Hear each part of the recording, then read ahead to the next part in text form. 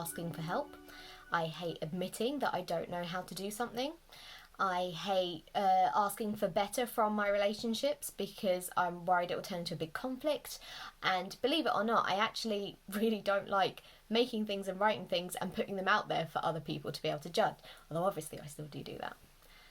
The word vulnerable has actually been bounded around a lot lately. People are more vulnerable to the effects of coronavirus. We're all vulnerable mentally right now in our mental health.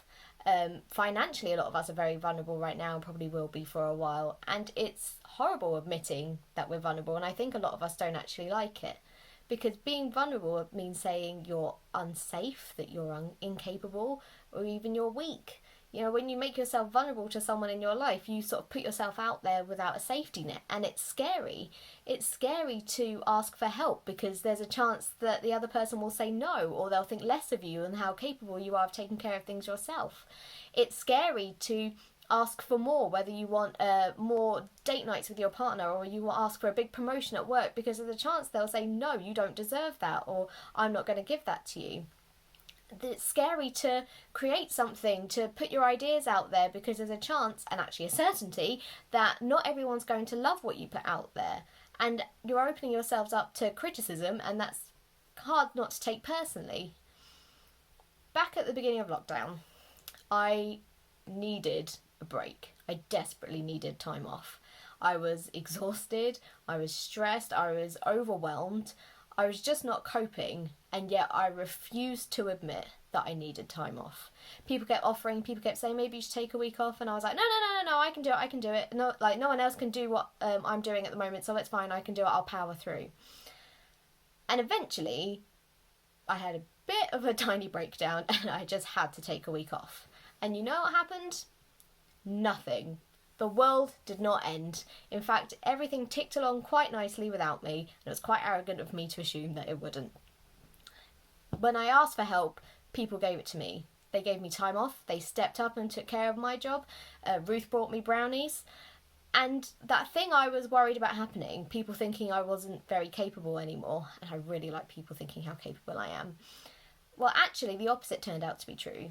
Because I asked for help, because I made myself vulnerable, actually, I got the space I needed to go home, restore, and come back energised and with more ideas and motivation, and then I was able to be capable again. Then I was able to be strong again. As Christians, we talk about Jesus as the lion and the lamb. There's a song we sing where we say, our God is the lion of Judah. He's roaring in power and fighting our battles.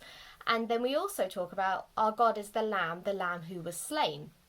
And when you think about that, you realise, actually, Jesus made himself vulnerable. Jesus is God, and yet he made himself this tiny, helpless baby. He allowed himself to be raised by humans. He allowed himself to be killed by humans. And so you think about that, and in fact we're called to be like Jesus, and so we are called sometimes to demonstrate strength and to fight battles and to fight injustice, but also sometimes we're called to be vulnerable, and it's okay to be weak and helpless. And while I think that's true, I would add a caveat that I don't think it's right to equate vulnerability with weakness. You see, in Philippians it talks about how Jesus humbled himself and made himself vulnerable to death on a cross, and then it says, therefore God exalted him to the highest place. Jesus beat death, and that's a pretty good show of strength if you ask me. But actually the show of strength comes earlier. Because Jesus was vulnerable to death, he allowed it, he submitted to it, and therefore he was exalted because of this. His act of strength didn't happen after the act of vulnerability. Submitting to death, becoming the lamb, that act of vulnerability was the ultimate act of strength. Because it takes strength to be vulnerable. It takes guts. There's a famous Theodore Roosevelt quote that talks about victory belonging to the person who just takes the step out into the arena, because at best he knows the triumph of high achievement, and at worst, if he fails, at least he fails while daring greatly. And so my challenge to you this morning is to put yourself out there a little bit and make yourself vulnerable. Because it matters. It's important to let people help us, to say what we need, to share what God has given us to share, because otherwise I'm not sure we're really living. What does it say about the health of our work life, the health of our relationships, the health of our ego, if we always have to be the person helping and never actually ask for help? If we don't admit that we want more from our family, from our work, whatever it may be, then we could spend our whole lives just sitting there quietly waiting for someone to notice. And that may never happen, and we may never get what we need. And if we don't share and give to the world that which we were put on this earth to give, not only are you kind of spitting in the face of the great purpose for your life, but by staying silent, by not going for it to appease the critics, you're kind of selfishly withholding from people that which you were put on this earth to give them. And those people who would respond, who would connect, who would benefit, are missing out. So go forth, my friends. Have a great day and dare greatly.